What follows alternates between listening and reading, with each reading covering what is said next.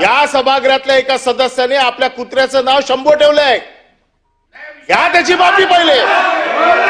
शंभू नाव ठेवलंय या गुढीपाडव्याला. त्याची माफी मागणार काय? त्याची माफी मागणार काय?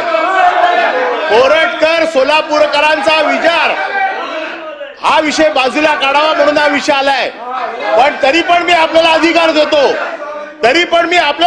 देतो. माझ्या शब्दावरती जर काय आक्षेप असेल तर आपल्याला अधिकार आहे. त्याचं नाव आहे श्रीकांत भारतीय.